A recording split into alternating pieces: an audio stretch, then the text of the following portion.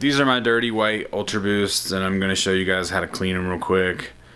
First thing you want to really do is just get to some water. The hotter the water, the better. And then I always take my laces out first before I start and put those aside. You're going to want to get some extra laces because these will wear out a bunch once you start to clean them a lot, and you won't be able to get them laced back up. You need some brushes. I like to use a different variety. I have a soft bristle brush from Jason Mark that I've worn the fuck out of. And then these other three brushes I got from Rejuvenator.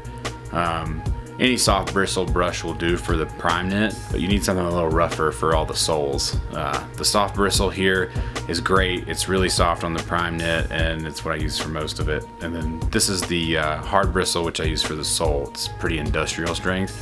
And this is just an all-purpose brush that I use for whatever. Then I get my Jason Mark cleaner, which I prefer. I really like the smell of it. I've also been given some Rejuvenator cleaner. I don't really like the smell of this, so I've actually never used it, so I can't speak on it, but Jason Mark I really like. So fill up the sink with hot water, like I said. Shoe trees are a major key. You're going to want to slide these into your shoe before you clean them. It just helps have something hard for the fabric to press up against, and helps the dirt move its way out of the fabric. So shoe trees in, let's clean these bad boys up. A little water, a little Jason Mark in my brush, a little more water, and then I just start to clean the prime knit in a circular motion. I'm not that gentle with it. I just kind of go to town, and you can already kind of see it whiten up as you pre-clean it. So I just make my way around the shoe, try and hit those stains. And then make sure you rinse out your brush because you're picking up dirt as you go. So if you don't rinse it, you're just going to be putting the same dirt back into it. So make sure you rinse often, apply soap often, and you really want to get that foam. Foam is a good the indicator that it's cleaning. So we definitely want the foam. And yeah, we'll just clean this bad boy up. Got myself a rag, microfiber towel to clean the shoe as I go. And then yeah, so after I clean the prime knit, I get down to the sole where I use my hard bristle brush. I use this last. I don't really clean the bottoms too much. I just get the sole nice and clean, one little pass over, and then yeah, wipe it down. You can see where that stain was. So I might spot clean that little section just if it starts to kind of drive me crazy. You can apply the Jason Mark to each of those sections and just let it foam up and come back to it. So yeah, I clean the other shoe just like that. And bam, we're pre-cleaned. So now they're ready for the wash. Before you put your shoes in the washing machine, I recommend using a bag like these from Rejuvenator. You can use a pillowcase also, but I just find that this cleans better with the holes, and then it has a tying system so you can lace that up and not have your shoes fly out. And want to make sure that you wash them on cold. That is very important, I think. I know that I said hot water earlier, but the wash machine, definitely cold water. Okay, so this vlog has been kind of annoying to film also because I forgot to plug the mic in for half. Laces, I wash my laces separately. They usually come out pretty crazy and knotted, but so those are back out. Yeah, so like I said, you want to let the shoe dry for 24 hours.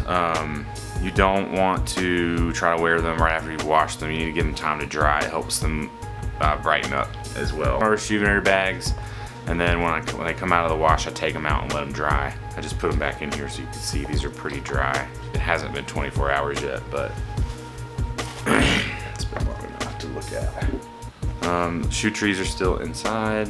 But yeah, so this is what they look like out of the wash, and then probably like 5 hours dry. I mean, they're pretty clean.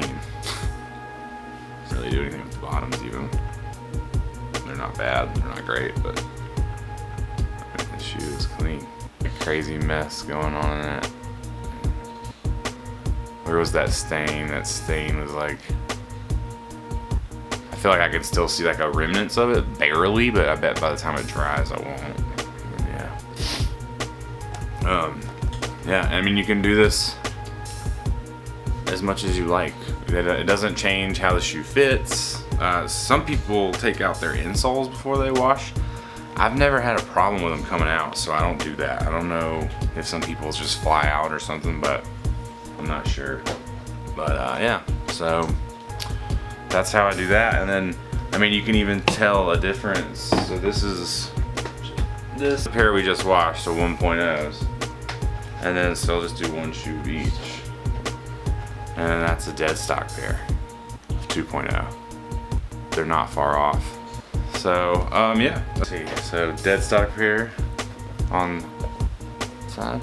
And then this is another pair. This is a pair that's been worn probably 20 times and been cleaned probably 5 times. And you can tell the difference on the bottoms. So, enough to still look white. They're not box fresh. I mean, you can see that glow on the box fresh one, but good enough. So I hope that helps. I don't know.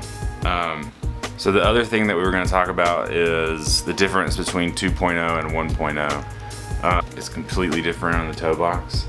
So, you know, in the old version it has like a V shape, and it's much more like a quilted look to me, and then this shape has more of like just a sneaker look. I don't know, but I honestly like the 1.0 better. The major difference in the shoe is that this prime knit back here, whereas in the 1.0 it goes, it's prime knit up into this point, and then it turns into like a mesh in the heel. The Boost branding is black and silver on the old version, and it's silver and gold on the new version. A major difference in those patterns is the triple whites are truly white. The only non-white thing in the shoe is the gray stripe that runs through the shoe. Or runs through the toe box, and then there's a little bit of gray on the tongue as well. 1.0's, the knitting itself has some cream stitched into the white also, so I really like that. I really like the cream stitched in.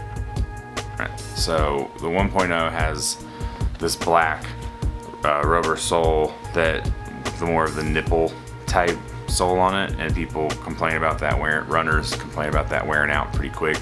You can even see from walking though, it's starting to wear out pretty fast. Whereas all the new UltraBOOST have the Continental sole, which is, they make tires also, so that's pretty cool. And yeah, it's definitely grippier when you walk. Like when I get these brand new and I go to the shop, I can like feel them like sticking to the floor. That's the major differences, and that's how you clean them. If you guys have any questions, hit me up. Yeah, we'll see you guys soon. We'll get some shoes this week.